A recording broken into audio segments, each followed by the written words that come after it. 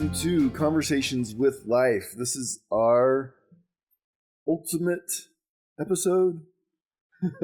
Everybody loves a wedding. Our ultimate, yeah. This is where, we're gonna talk about what's called in kind of the esoteric thought as the sacred union. Some people call this the great work, and I think we can talk about archetypes and we can talk about energies, and we can get ourselves all divided up and we can lose the focus. And the focus is always wholeness. And wholeness is an interesting idea because it's not the goal of most people. Most people are trying to be a really good part of the whole rather than find wholeness. And they're trying to heal as the individual that they are rather than whole into the stable process. Mm-hmm. So I think I can't remember who talks about this, but healing and holing, right? Healing is creating energy. Holing is the result. So healing is I'm working at my traumas, I'm working at my distortions, I'm feeling my feelings and working through just, the different patterns that aren't working for me. And holing is I'm realizing myself as this complete part of life. Mm-hmm. It's really connected, and what that does is that creates a stability to you. So another way to put this is Jung talks about perfection. The line "be therefore perfect" was mistranslated. It actually says "be whole." Mm-hmm. And so be perfect is like I'm going to be the ideal man, for instance. Mm-hmm. I'm going to be the ideal woman. I'm going to be the ideal teacher. I'm going to be the ideal mate or whatever. That's perfection. And it's worthy to describe, to go for excellence in any particular pole, in any particular role, right? But wholeness is way, way, way better because then you can relax. Mm-hmm. Yeah, and the way I think that ties in with archetype is, like you were saying in our last episode, like the point isn't to be the archetype. And archetypes tend to have a sort of otherworldly standard to them. Mm. Like this is a mother archetype. Mm-hmm. And then, society will add to that just for funsies. Mm-hmm. And especially the Mormon church loves to add to that. Mm-hmm. So when you're trying to be an archetype, you're going to have a constant state of anxiety because you're never going to get it. You're never going to be there. You can't ever be all the way a man. You can't ever be all the way a woman. You can't ever be all the way light or all the way dark. And so it's lovely to start to have awareness about these archetypes because what we're actually encountering is a part of our whole. Yeah. And as we learn about that archetype, then we get to bring that energy back and kind of integrate it in to our whole. And I think, one of the things about healing is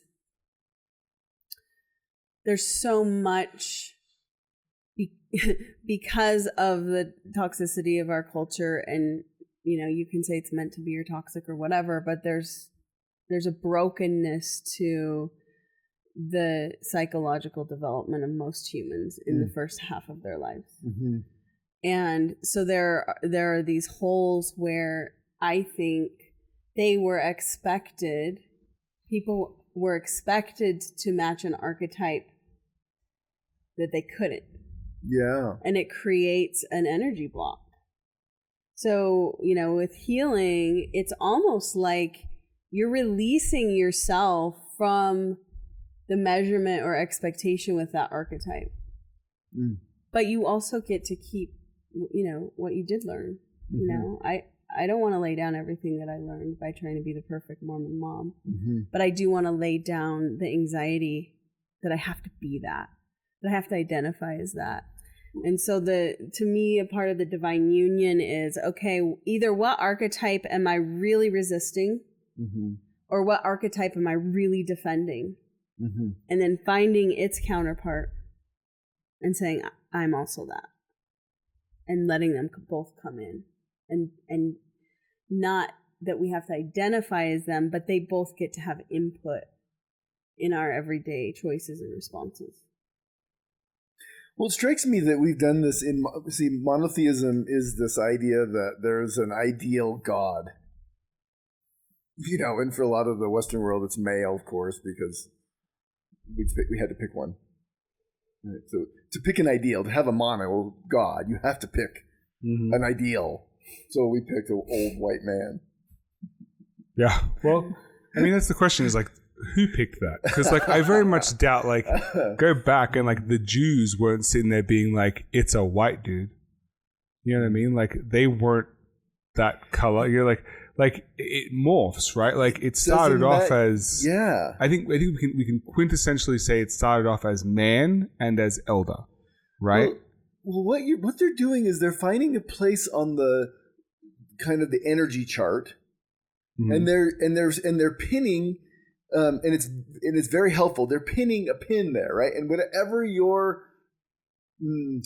your society values the most as far as focus and direction, that was the ultimate. And in a way, it's not wrong, because ultimately, for instance, there is a place in the whole big energy of things that's very focused and very light, very, very up. So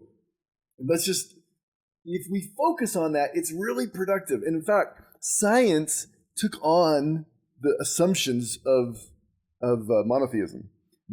Science thinks it's opposed to monotheism, but it's actually not. It just said we can figure everything out empirically, and we're going to build the perfect world.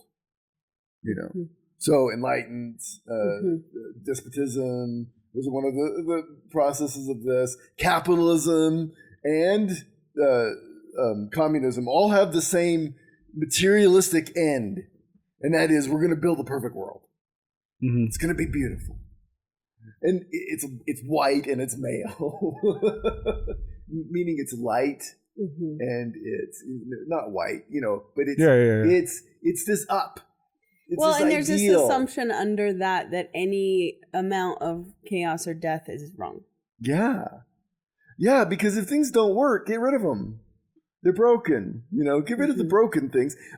We had this eugenics idea at some point that we were going to build the perfect race. I mean, that was a scientific concept, and otherwise perfectly rational beings were like all in, because that made scientific sense. Well, and religion does the same thing, like monotheism. There's an ideal person, and it's a white male. Let's follow that guy. It leads to distortions, but it's also very successful. Monotheism has been a very, very, very successful meme. It has led a lot of people to be very, very productive trying to meet the absolutely impossible ideal. And Puritanism, all of Christianity throughout the world has, broken itself to try to meet the ideal and created a lot of amazing things in the process. And paganism, lost because paganism says it's a fucking messy world out there. Look at all these different deities and they're not good. Each deity is just as good as they are bad. Zeus is amazing and also a total fucker. Dionysus will get you out of yourself, and you might lose control and get eaten. There's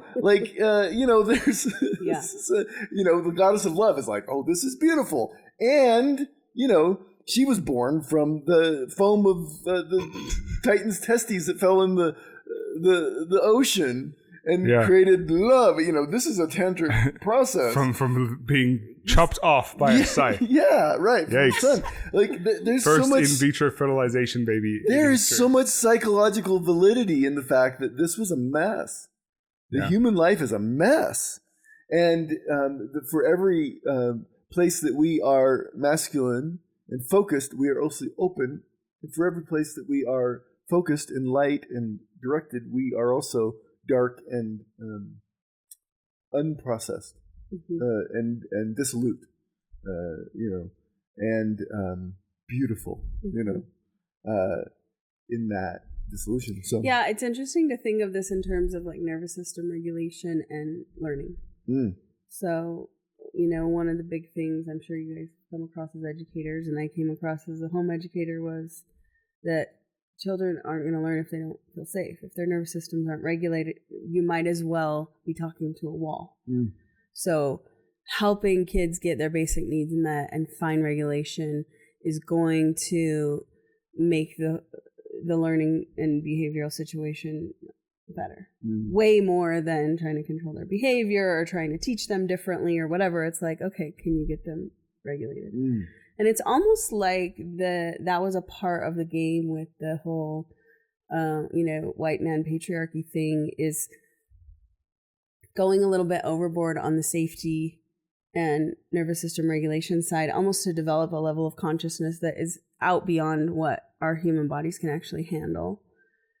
And so, yeah, that just like popped in as this thing of like, oh, okay. So from an evolutionary standpoint, going that far in that direction actually gave our bodies a chance to chill enough that our brains could develop in this really phenomenal way. But now we're at a crisis point with that, where now our bodies can't keep up, and we're so afraid all the time that one of those little structures, that this sort of patriarchal masculine way of doing things is going to go away, and then we're going to feel scared, and we don't even realize how much of that stuff we could totally live without. How much of that structure, we would be so fine if we just let it all go and lived as a mammal on the planet. Yeah, it's weird because I feel like we get stuck in, when we talk about the patriarchal system and whatever, the answer is always like, well, we need women in charge. We need to go more matriarchal. I'm like, okay, but I mean, I definitely think it's valid that women need their turn at controlling everything like men have had, maybe like that. I would say no, but I understand. What I should say is I understand the need for that, the desire for it, right? But then I look at it and I'm like, I'm a guy. I'm a dude. I am a more effeminate dude than some, I paint my nails and care about how I look and cry with my kids and all the things, right? I would say on the ratio of the Hulk to Steve, I'm somewhere in between, right? Of the masculine to a feminine, way of being a man, which I totally respect, by the way. But I also know that I was genetically born with the organs of a man, right? So I am aware that, as crappy as it is, I don't get to have too much of an opinion on this. But neither gender is the perfect solution to any of this, right? And so I look at it and I go, okay, that assumption, and it frustrates me when we try and go beyond finding the balance to going to the other polarity, and I go, what makes you think either gender could do this well? I think one of the worst ideas ever that is partially inevitable because we've swung the pendulum so far. So we kind of have to ride out this wave. Right, that's where I'm at. But putting traumatized females in charge of everything is not a great idea. It's not a great strategy. Right. Yeah. It's actually pretty toxic and pretty vile. And I'm saying that as somebody that knows how that feels. Let that energy go. Okay. And to go on the attack, the amount of cruelty that feminine energy is capable of, because it holds the energy of death. It also holds the awareness and connectedness to everything that is fragile and tender. So the amount of violence that a traumatized woman could do to a man, or that the feminine could do to the masculine, if all of the power was suddenly on that side is pretty gross. Like, I don't want to play that game. I mean, I would say it's equally as gross as all the awful, horrific shit that the patriarchal system has done to women over time. Like that's what I look at this and I'm like, okay, in different ways, both ends of this polarity of the spectrum are equally capable of just being a disaster. Yeah. And I wish what we would learn from men being in charge for so long is that no one gender should be in charge, period. Like our society should not be a genderable thing. Right. And I think that's part of what is trying to happen with a lot of this, kind of gender expansion and fluidity and trans, like all of that stuff is like our body as a human is trying to say, like, that doesn't matter. It's not working as a definition anymore. Like, if we can find wholeness and operate from there, if I can understand that masculinity can be toxic and that femininity can be toxic, but that both of them also have beautiful gifts, and that I can feel those in myself, not just know them, but feel them in myself, then I can use any of those in my process of finding solution to any problem or pattern or issue.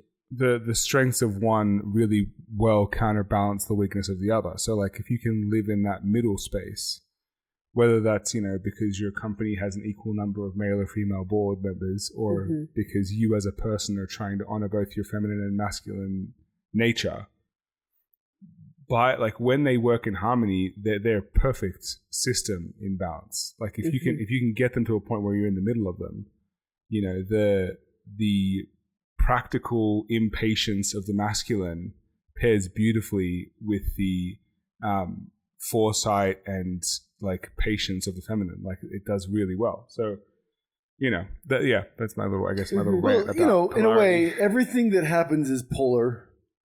So existence, like we've said many, many times, consciousness leaves itself to find itself, right?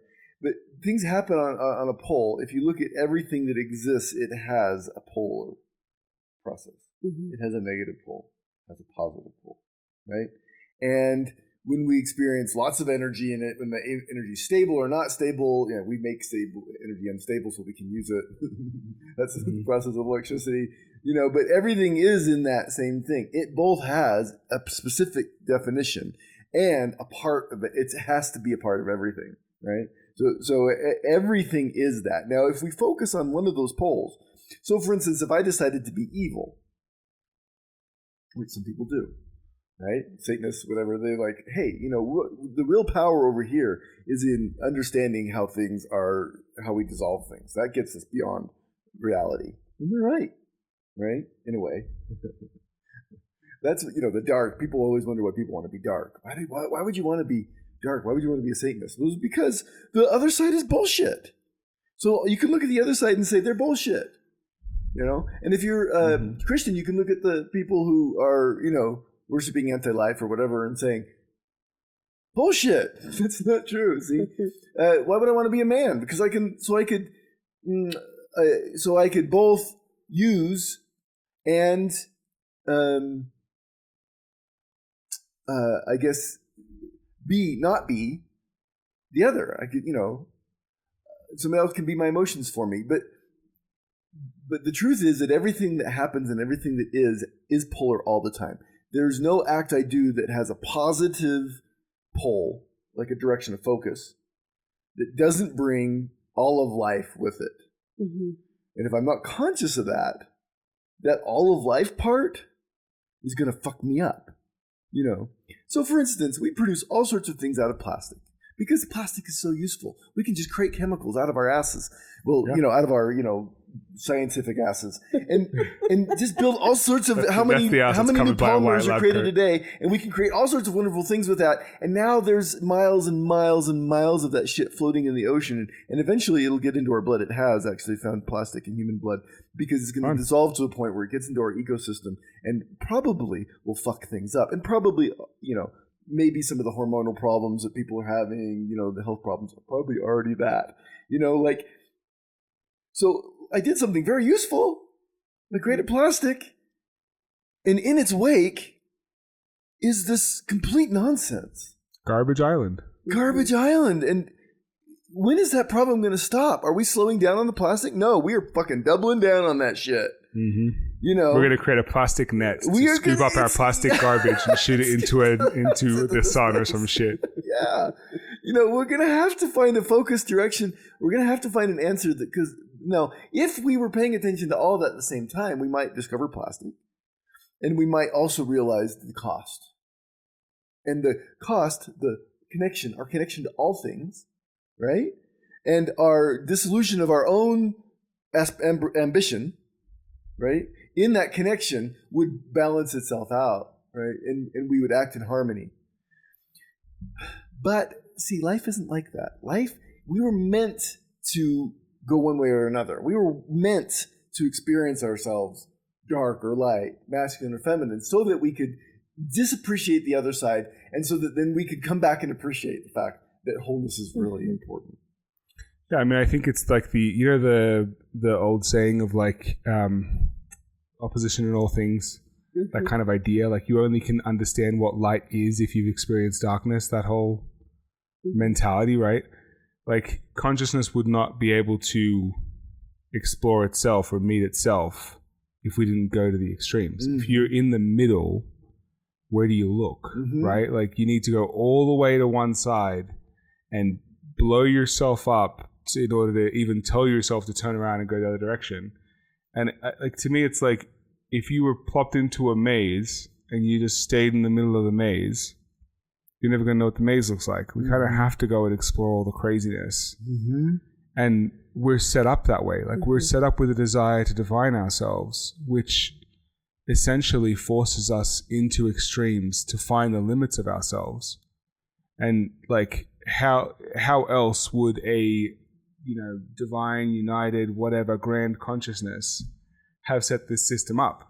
Like it would be like not putting cheese at the end of the maze, right? Like there has to be cheese at the end of the maze. There is some kind of reward and benefit and satisfaction in throwing yourself insanely into one extreme. There is comfort there. There is definition there. There's control there, right? And then there is severe loss. And eventually the loss forces you to hopefully go back a little bit and find some mean, or go the other direction and check what the cheese tastes like on the other side of the political spectrum, right? Because that's the only way we can learn anything. So I feel like in that grand sort of design, we as people have been set up or created in such a way that we have to fall into this trap. And pretending like you can avoid the trap is hilarious. But you can say, I know the trap exists, and so I can be more mindful. Like talking about the flood last episode, right? I can't stop the flood from coming through, but I can divert its energy. I can adjust my stance to better manage the water. I can build a boat. I can build a boat. I can ride the currents, So we're not victims to the trap or the pattern or whatever, but we are subject to it. I feel like it's sort of a difference thing. I don't know. I'm just no, I think it's good. And, so to recognize that everything is whole and that our experience of it is wholing. If we experience it as whole, then we whole ourselves. Like everybody's like, oh, the earth is going to, we're going to hurt the earth. Good luck. The earth has got its back. We might eliminate ourselves off the earth. But the earth, I think the earth wins. Will go on. I think the earth wins. Wins. I mean, we could blow it up in a nuclear, we could blow it up in some nuclear explosion. We'd all be gone. And then the earth would heal in about 10,000 years and it'd be fine. I mean, we've had, 5 mass extinction events in Earth's history that we can measure. Right. Yeah. Earth, we're going to cause one, but it's not the earth that goes extinct. Right. And, the universe is the same way. Say that we did manage to blow up the planet. Consciousness exists somewhere else, and it's going to birth itself and create itself, and consciousness wins. We can either be with wholeness, or we can remove ourselves from the experience in the universe's process of creating wholeness. Right? One of my favorite things that we've done in class is we'll get a bungee cord out and we'll play around with tension. Mm-hmm. And I think this is a great way to also feel into polarity and the capacity for polarity to open a space of growth and creativity. And so if Steve's holding one end of the bungee cord and I'm holding the other. Just hold your hand. And we can create that tension. We pull, and there's some place where it feels, okay, it's good. Yeah. It's like holding somebody's hand, There's a place where you're like, oh, fuck, this is my security blanket. And then there's a place like, are you even connecting to me? Yeah. And then there's that middle place of holding somebody's hand where you're like, oh, hi. Yeah, there's energy flowing. Yeah, there's energy flowing. Yeah. And there's creativity possible. And so like similarly with the bungee cord, if you're just holding it and it's just limp, there's no energy moving through There's no potential in that. But if you're pulling it too tight, there's also no energy going through it. Mm. But if you pull it tight and then you slowly move in, and whenever I even speak myself through this exercise, I feel something in my body. When I imagine myself holding a bungee cord too tight and then slowly moving in, I actually feel a point where the tension is just right. Yeah. Mm. And so I use that analogy in myself when I'm working with this divine union or wholeness concept where, our first instinct when we feel conflict or tension is to go one of those ways, to either just let it go flaccid or to pull all the way and try to get the other person on our side, and there's something about learning how to sit in that tension that actually opens us to creativity, to newness. That's the place where I'll have the idea that there's no way I ever would have thought of. Mm-hmm. If I was in one of those other two states, that helps me move forward. And there's so much potential for that right now in our, upcoming election, in our relationship with the environment.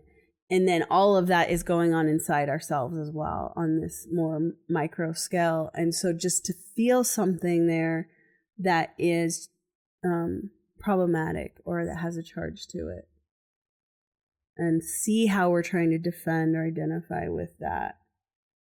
And then bring in the bride or the groom to that, right? And and hold that tension. And they're not becoming each other. Mm-hmm. They're creating a third. They're creating something new. So one of them isn't going over to the other person's side. Like that's never going to end in creation. Mm. They're each holding just the right amount of themselves and sovereignty, but they're staying connected. And that's where this, this divine union takes place. Mm-hmm. And I think if we want to talk about that in relationships, I think a lot of us have the idea if we could control the other person enough for them to be the thing we think we need in our story, that somehow that's going to be divine. Yeah, and we don't say control often. Like we say, if I can convince them, or if I can show them, or if I like if I can just show my partner how to do this, how to validate my feelings, or the one that I love and hate is like if I can just convince them that this is the right way to apologize, then they'll apologize the right way, and I'll be and it'll be great for everyone. Mm. And like that idea of like I have the answer and I need that person to accept and use my answer as their truth now, and then we'll be fine. It's like that's not a divine union. That to me feels much more like a host infection, like an Agent Smith in the Matrix situation, where I am duplicating myself in another person. Yeah, and good luck with them actually following through on that. You'll hate it. Exactly. It'll be the most empty and stupid thing Yep. that you've ever experienced when somebody does that for you. But that's what we try and do. We try and like convince, like every argument is just one person trying to create a mirror of themselves. when you and I disagree on something and I'm trying to convince you that I'm right, right? And specifically when I'm doing that, not when I'm trying to learn with you and whatever, but like when I'm trying to convince you I'm right, right? I am trying to make you mirror me so that I can accept you without having to change, right? And so relationships that are like that, whether it's a romantic relationship, a professional relationship, friends, whatever, there is nothing divine about that. There is no consciousness about that. That is just like me trying to, Agent Smith you. I want to create another me so I can have someone else. I want somebody else to love me, but I want that someone else to not require me to change at all. So I want it to be me. Yeah. And it's so interesting. So when we're talking about energy, one of the things is that energy always works on a pole, and then energy always works on this scale, right? So if you don't need anything, and if you don't experience yourself as much, you'll just in a pretty small energy pole, but it's steady, right? The moment that you move out, the more energy that's there. And most people, that's at this point when they start to move out, will take one pole or the other.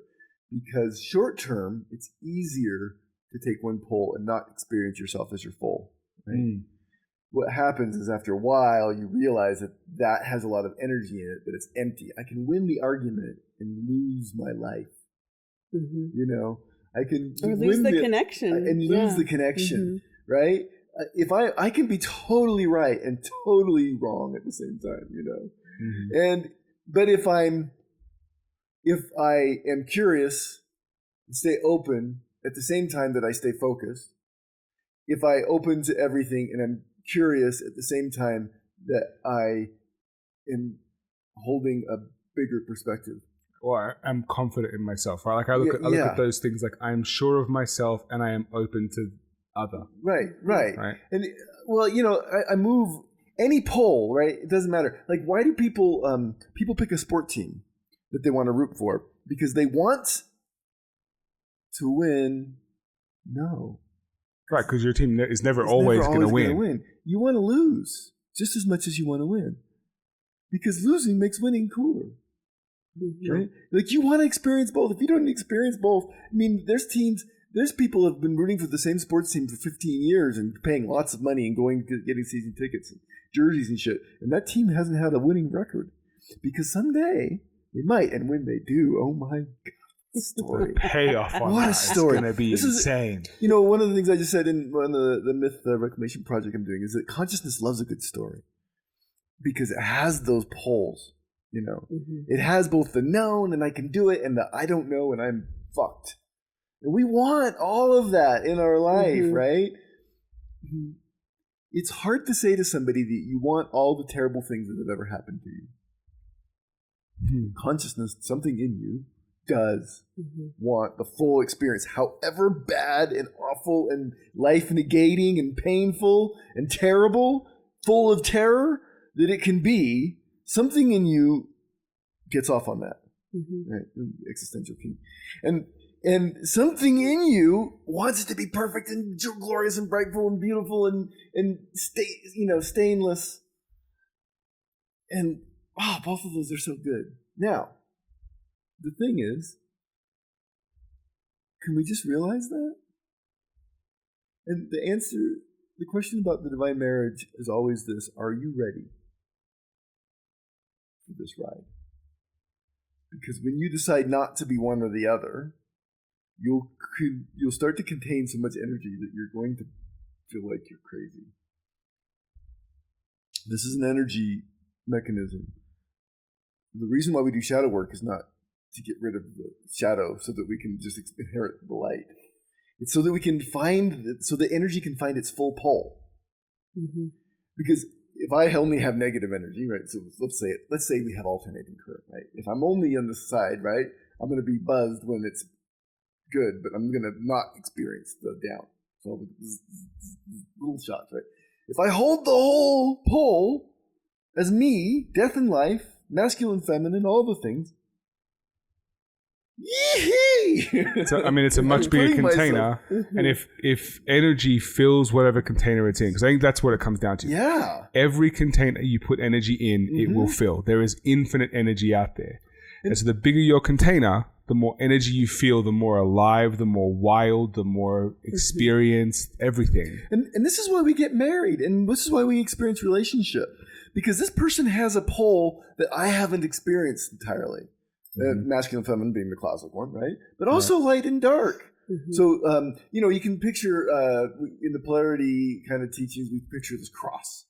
This is the cross. The cross. The graph. And X and Y axis. The Christian cross, the nature cross, the swastika, the cross that exists, that expands all life. And on the top, you could put light, and the bottom you could put dark, or at the top you could put life or death. You could put spirit and matter, right, on either pole of that, and all that would be correct. And then on the left and right, you put focus on one side and connection on the other side, right? So, and that's roughly masculine and feminine, right? So here you have this chart, and you have if you drew yourself, you'd be like, right? I tend to be dark. I tend to have experienced right from the beginning of my life darkness. Like, I see the dark. It's way more comfortable for me to be in a place where there's, like uncertainty than certainty. Certainty makes me nervous. And, for some people, they want certainty. Like, so they're way up in the light. And anything that's uncertainty or death, whatever makes them, me, it's like you're down in this world. Like, I love the dark classics because it's like, yeah, that gets us. We're fucked up. That's the way I experience life. Welcome to the party, pal. Right? And some people, they experience the light side, and they're like, no, organization and process, and we can figure everything out. Right? Look at us. Right? Yeah, I shared a home for a few months with a guy that made the exact same food every day. Yeah. Same breakfast, same lunch. Predictable. Slightly variant on dinner. He would eat dinner with us, but he and it was the exact same lunch that his mom had packed for him in school. Like, this is his whole life. This turkey sandwich with one slice of of cheddar cheese and whatever, which I actually found really fascinating. Like, I love learning stuff like that about people. Like, where's that place where you get so into certainty, that you're just like, I'm gonna hold on to this for my life. And then there's me that's like, feed me something that like is kind of gross because it's fun. Even something I know. What were we eating the other day? Oh, it was pumpkin pie. I was like, I know I don't like pumpkin pie, and I'm definitely having a bite. Because on the one hand, I'm open to that changing. Right.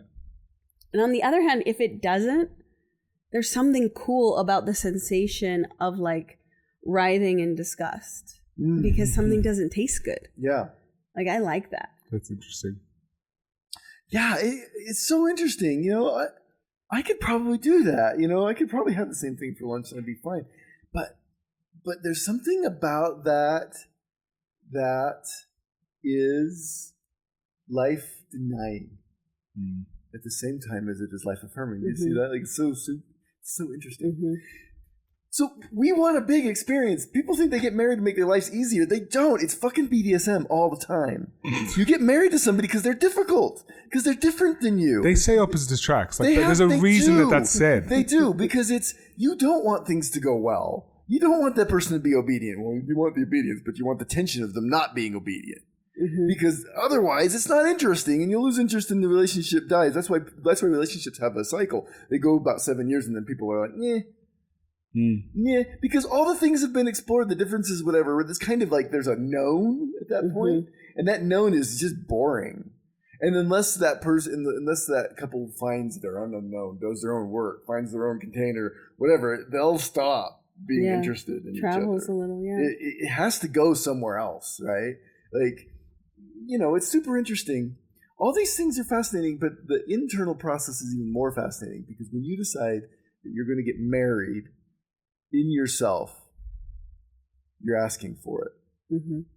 You're asking for a larger process. You're asking to contain more of yourself.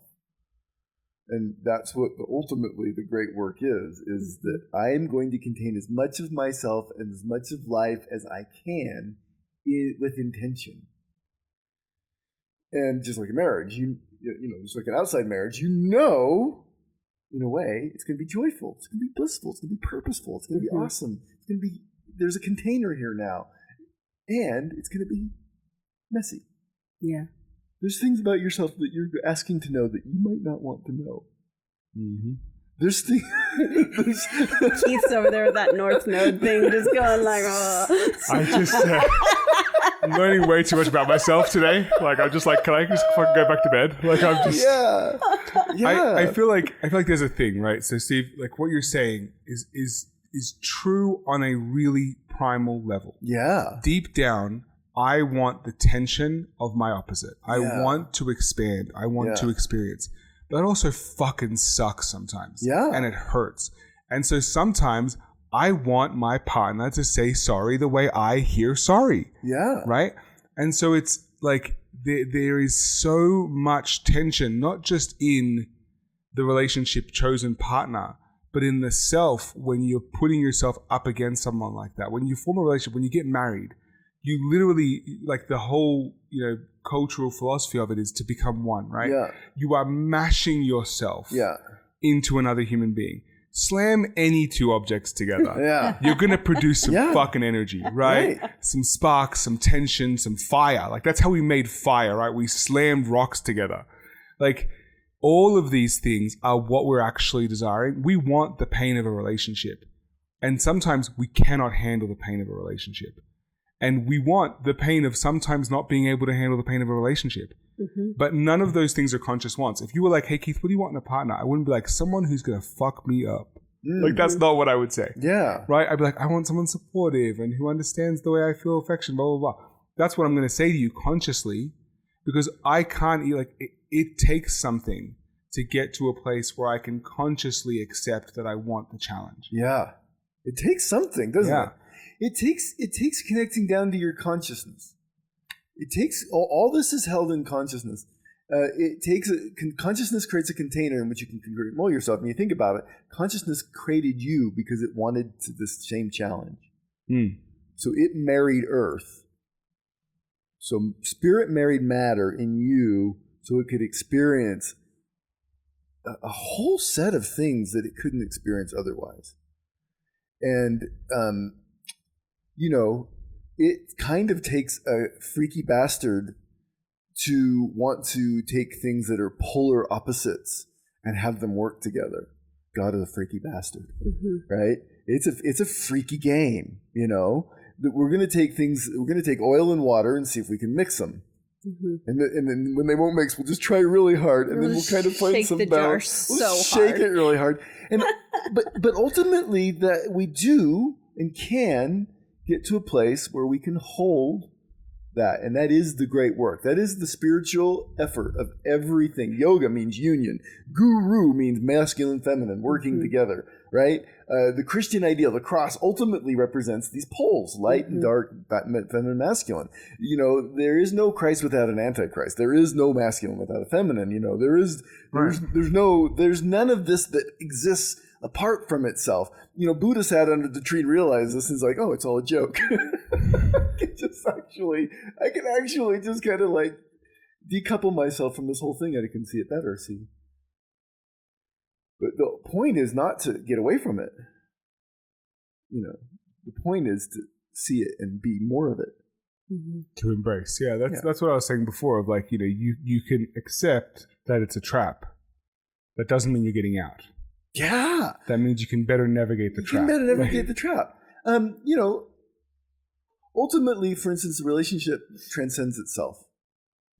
For instance, masculine, feminine, or our inner self, it gets to a place where it transcends itself, where it's like, oh, well, I see that we don't need each other. And I see that this is fun. And this is interesting. It doesn't make it less hard, but it gets to a place where it becomes a different thing. Ultimately, all marriages should kick you out. All schools should kick you out. that doesn't mean you leave a marriage. It doesn't mean you end a relationship. It just means that there's another step or stage. Sometimes it does. Sometimes there's the next step. You move on, you move through. But a lot of times people misinterpret that, and it's like, there's another stage, there's another step, there's another way for you to be here, right? Well, I think once you've experienced, you need to trash everything in your life right. and move to a small island, which is pretty much what I spent the last 2 weeks wanting to do. Yeah. Just get me out of this fucking suburban nightmare of a life, and get me somewhere where there's some sanity. Mm-hmm. But we want this. I think the divine union thing is being I think that's when you have it, is when you are both traveling together, and we think about that as say a marriage. It's not we both want the same thing. It's not we're both doing the same things or acting the same way or handling conflict the same. It's that in the struggle, in the slamming of the rocks together, we're both slamming our rocks together, hoping for something, right? If you what I found sounds like really good gay sex, but whatever. I mean, get your rocks off however you get your rocks off. But if I look at my experience, right? We've lost Serge, guys. There goes Cedar. If I look at my experience, my marriage experience, to be clear, I can say comfortably, and it took me a long time to get to this place, I outgrew that marriage. And that's a hurtful thing to say to someone who was my partner for 10 years. A great one, but was my partner for 10 years. And the way I knew that was because I was slamming my rock against nothing, right? I was growing, I was finding out things about myself, I was trying to better myself, and not being met with equal energy, right? So that is one way that a marriage can die and kick you out, is to be okay, I am no longer the person you married, and that's valid. And you're no longer the person I want because you're the same person I married, for example, or you're a different person in a different way, or whatever it is. And that can end, it can kick you out. The other way it can kick you out is you get to that at the end of that 7-year cycle, and you're both completely different people than who you started off as, but you're both still the people that you want to be with. And you go another 7 years and learn a whole new set of things about these whole new set of people, right? And the same with a school. You leave a school. You're no longer a student. You can come back as a teacher. Wait, was your marriage 7 years? Your first? My first one was 10 because I'm stubborn as fuck. You held on for that but extra I will say, at the 7-year mark is when I initiated the couples counseling, and I spent 3 years something's not trying to CPR our relationship. It was I would say the death of our marriage was at the 7-year mark. It was just me trying to resuscitate a corpse for a bit. Yeah, that whole 7-year itch thing is actually based on an energy pattern that happens with certain patterns, especially astrological patterns, etc. And it is fascinating that there is a completion in the whole 7 days thing. The Earth creation and all that is really fascinating. There's a significance to some of these numbers. Yeah, but that's beautiful, Keith. And ultimately, what we're talking about here is alchemy. There's energies in us that are flowing and working, and what we really want is the sorcerer's stone. So another way to say the inner marriage is to talk about the process of alchemy. And the sorcerer's stone, the elixir of life, ultimately what they give us, what they really, really are, is a unified energy system. A unified energy system is freedom. So, it's all the water going to the ocean. It finds its peace and doesn't lose its energy. So it's we find the way that we can rest and hold all of that at the same time. And that, ultimately we create a stable but active container. It's kind of it's the kind of like finding an eternal energy machine. You know, they're looking for a perpetual motion. Something that it's creating that. It's creating the thing that goes and goes and goes and doesn't need to be fed with fuel anymore, right? It just goes, and it's that toral field of a human being that then creates its own momentum and becomes the I am. You know, becomes the thing that is without all the work. The work is done. The work has begun. You know, kind of thing. It's really this beautiful thing. The intention of the internal divine union is to bring all the archetypes and pieces together in some kind of union that honors the process and ultimately leads that person to what they call liberation, freedom, call it enlightenment, whatever. I hate the term enlightenment, but freedom, I think, gets at it really well. And you know, that's what we're doing. That's what we're doing. It's what we're doing interpersonally. It's what we're doing interpersonally. I mean, I guess it's what we're doing in ourselves. It's what we're doing out. And would you say it's the game? It's the game. Yeah, no, it's the game we're playing. It's the only game in town. You can do ceremony and create find initiation chambers. So all religions have a religion behind the religion, and that religion will be something like this intermarriage, or it'll be alchemy. The alchemists talked in chemical terms, but they were never talking about chemicals. Or not just about chemicals. They were talking about the inner psychology processes. Governments, people who want to control power, who want to hold polarity for their own benefit, hate this. And religions have you hold the pole. And they generally teach polarity or something, and just hold that polarity really carefully. We'll hold the other end, and we'll make you okay. The iron rod comes to mind, but like the idea of purity and living without sin, it sounds great, but it is literally holding a polarity. So I think in times past, it's been up to a few people to do this and hold this energy for the whole. There's been a few gurus. There's been a few enlightened saints. There's been a few Buddhas. I think that as a whole, one of the really disruptive energies right now is that this is in a mass movement. It's not just a few people who are going to hold this for the whole. It's that every single person internally is being called, and energy's on the move. People are popping up left and right, and energy is, it wants to seek, it wants this balance in each human, and it's possible. It's there. We're there. When this happens, by the way, it will resonate. All you need is a certain percentage of people to get there, and it will resonate. And that, people talk about a new earth or some vision of a future that's good. We have a lot of hell to get to before that, but this intermarriage then creates the possibility of a peaceful earth, of a harmonious existence with everything else. And I think it's the only way. There's no political solution. We're just going to polarize. The more political we get, the more we're going to fight. But I mean, that's what's going to happen. That's what happens with tension. When you hold a rubber band too tight, eventually that bitch snaps back. It snaps. And we're about there. I mean, we got to be. And to the point where people realize that, it's us.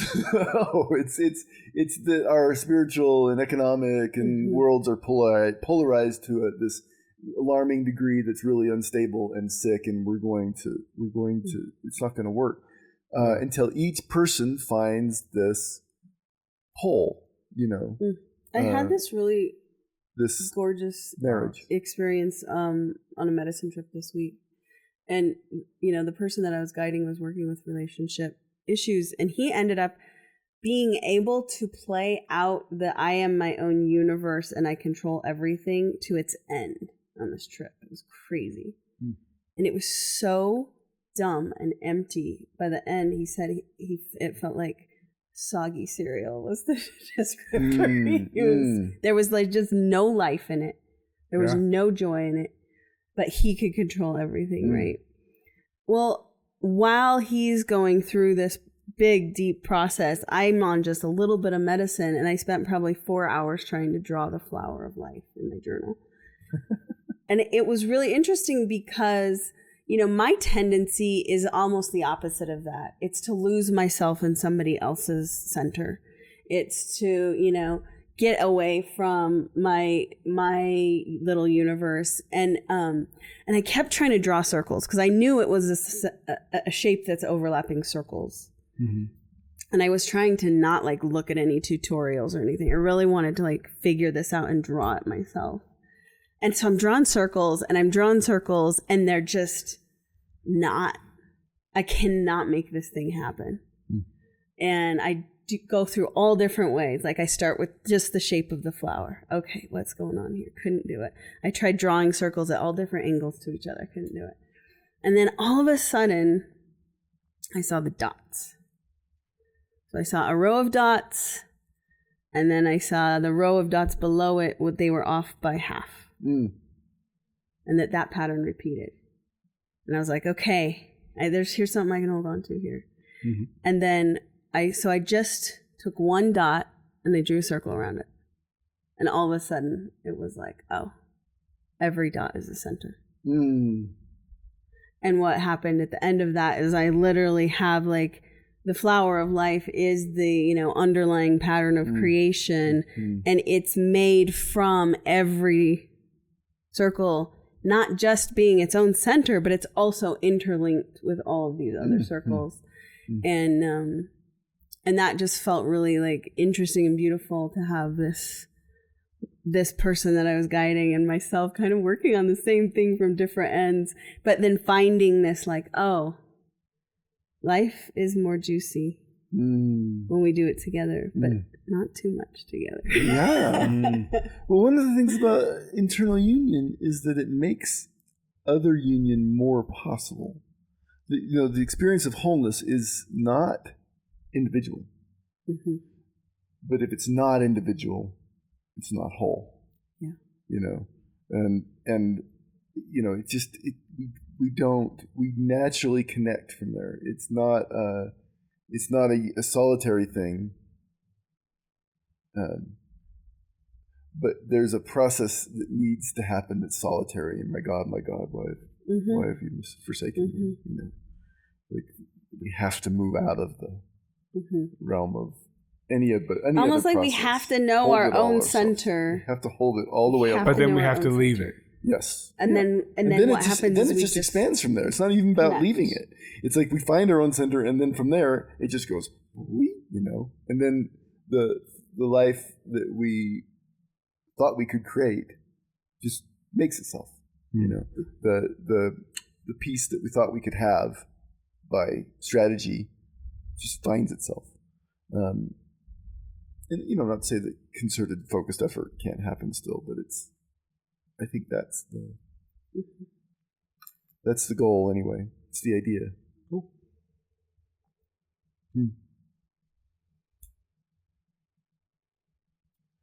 Thanks for joining us on Conversations with Life. Thanks for being part of this conversation. We'd love to hear from you, of course. And find us on Facebook, soulandspiritwellness.com. Soul and Spirit Wellness. Find us our website, soulandspiritwellness.com. If you have anything to say or add, or if you want to work with us, or if you want to find out about other offerings, etc., please go explore. Always would love to hear your comments. Always, you know, looking for people at this point to kind of be on and to be part of this conversation. If you want to come record with us or be part of this or whatever is there, give us a call or give us a message. And anyway, share this with your friends, like and subscribe, and hope you have a beautiful day.